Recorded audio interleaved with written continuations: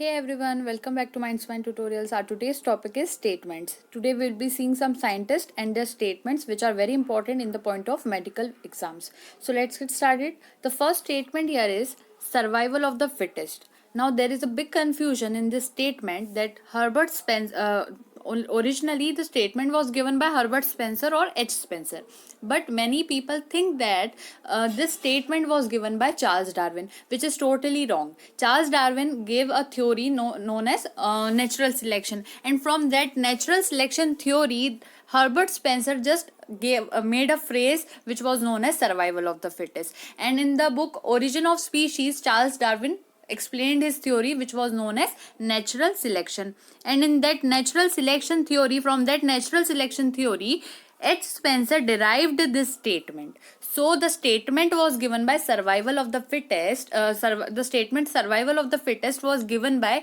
H. Spencer, which was taken out from a theory of Charles Darwin. Okay. Second statement here is protoplasm is the physical basis of life, which was given by Huxley. Okay. Then we are with the statement omnis cellula e celluli by Virchow. Ontogeny repeats phylogeny by Haeckel. Descent with modification by Darwin. Omni vivo ex vivo by Pasteur.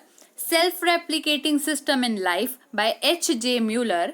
Unrolling of events by Spencer. So these are some statements 1, 2, 3, 4, 5, 6, 7 and 8.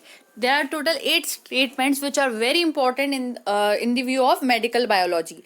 So we have seen it, and the first statement was very important to know that who gave the statement and who gave the theory. So we saw all that important stuff here.